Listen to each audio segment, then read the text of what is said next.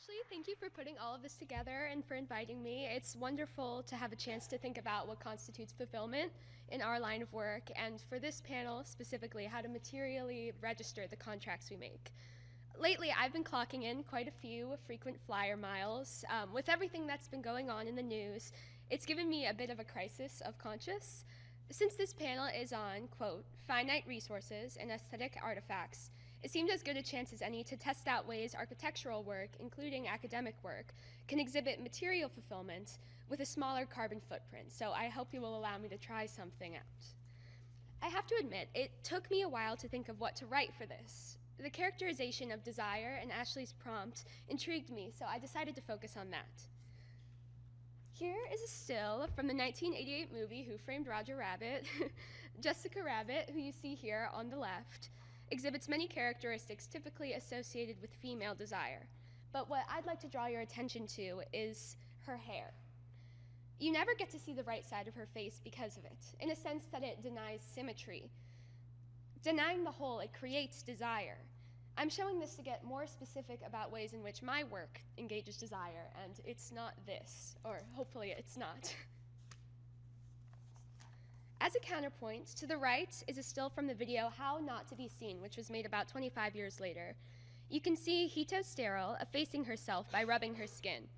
Using the technique of chroma keying, or adding pigment to her face in real space, she assimilates her image onto the virtual space of the camera. It's this gradual blurring between the object and context that creates a different kind of desire from knowing that the whole can never be achieved. To be more specific, let's call that longing. Today, I'm going to show two projects that are characterized by longing. On one hand, they are way too long. I mean that literally, both relating to time and scale. On the other, they hope to create an effect best described in Michael Hayes' 2010 book, Architecture's Desire. He writes, quote, "The workings of architecture's desire lie in the impossibility of architecture's full realization." This first project is an installation in LA, and it is curated and supported by Materials and Applications. It's called Scoring Building. Here is the inside of the courtyard at Schindler's Mackey Apartments. This green colored rectangle right up there. Materials and Applications put out a competition in 2018 called Staging Construction, which asked participants to explore construction as both a practice and a performance. Thinking about that, the design took on construction as a representational problem. What I mean is that this project was designed through a score of, let's say, a plan or a 3D model. The score is a series of graphic and written instructions for a builder. To put it together, I was looking at two kinds of documents. First, material installation guides written by trade associations and companies like USG, and second, project management schedules. Those two formats together help me play with construction methods and material artifacts.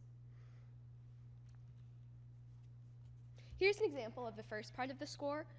You can see some typical methods culled from material guides and a drawing of each of these steps as a notational plan.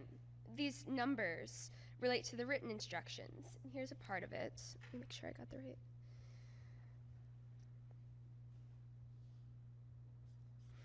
So let's say establishing the footprint of the pavilion involves laying down a gypsum panel. C112 here.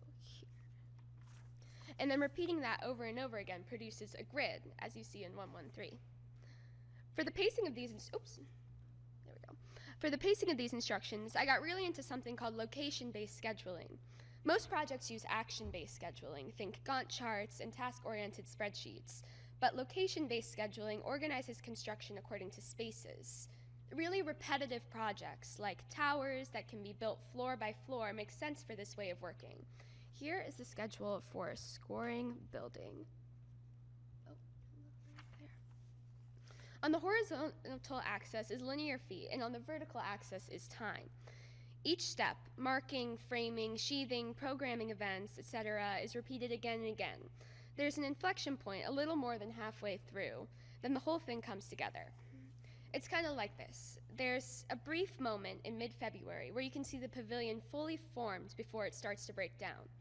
This, of course, cannot be done in normal circumstances, but The installation format let me test what could be done with a really long project. Some of the material implications were that the repetitive cutting or mudding with time-based dyes made the facture of construction a design element. So for example, pink striping from mudding gives the project's massing a different reading because it broke down an otherwise large gray mass. Le Corbusier once allegedly said that you know something is architecture when a window is too big or too small.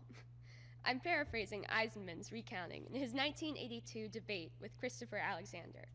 Eisman says, "Once the window was the right size, it was no longer functioning. When it is the right size, the building is merely a building." Ouch. The only way in the presence of architecture that is that feeling, that need for something other, when the window was either too large or too small. Who knows what he means by too large or too small, but what it suggests is that architecture's agency is in this pushback against what appears just right. Their architecture somehow inhabits the absence that an unfulfilled expectation forms. To me, this is a wonderful expression of longing. It's a sentiment that Sumi captures when he associates with this quote, "Architecture that asserts itself as something emergent rather than final, something that we have to strain to keep in focus, and even then hold only momentarily, just before it slips out of our perception and in that instant is already lost." If the first project was about longing through scheduling, the second one tries to get at that by sampling a local approach to materials. The second project is a studio and gallery in suburban Virginia. Like so many American suburbs, the area is rich with scalar contrasts. Big box stores often face small shops, and single-family homes commonly look onto malls. Rather than to understand this vernacular merely as fast and cheap, this project appreciates it as an American attitude towards scale. Taken this way, big box stores exhibit a surprising amount of architectural imagination. Look closely, one can see the vestiges of architectural elements in their cladding. Roofs are frequently flattened on false fronts, paneling systems, or even layers of paint. Facades allude to domestic proportions to break up the monotony of vast scales. The effect is a building type that tries to hide its bigness. Taken this way, big box stores exhibit a surprising amount of architectural imagination. This second project is a building that tries to hide its smallness.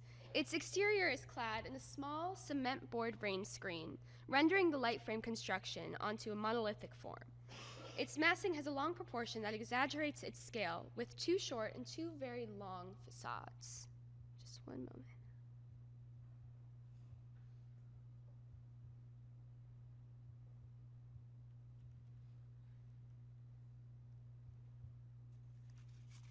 This front face is less than 20 feet wide, and the sides are about 76 feet.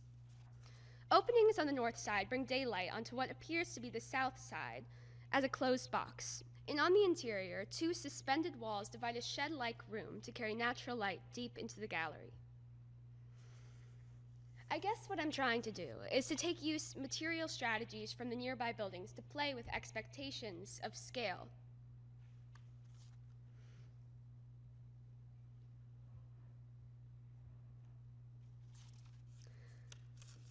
The project is in the Tidewater region of Virginia, known for its blue crabs, beaches, and naval base. The building site is a corner lot with a parallelogram shape. Its 0.8 acres is divided into two, with the building sitting on the southwest side. This direction faces a busy street that divides areas of extra large and extra small buildings. South of this side are several chain and big box stores, Super Walmart, Best Buy, Target, and to the north is a middle-class residential neighborhood. The geometry of this lot is a product of the grains on these two opposing sides. Studio Gallery's location creates an interesting proportional challenge. The lot exhibits both a very short and a very long public face, an acute angle in its corner, and 30-foot setbacks exaggerate the contrast between small and large. The client is a local gallerist and painter. For over 20 years, she owned and operated a gallery in nearby commercial district. Now, in her late 60s, she has since decided to size down and focus on painting. In discussing the project, she requested for a very private building given the nature of the context. Architecture of longing is not a solution so much as a negation of the current moment. I wanted to talk about this topic, not just because I'm a sucker for a really long project.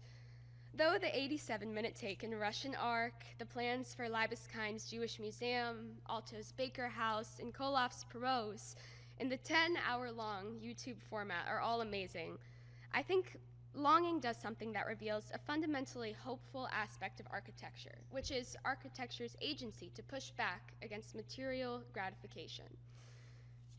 In the words of Peggy Lee, "Is that all there is?" Thank you.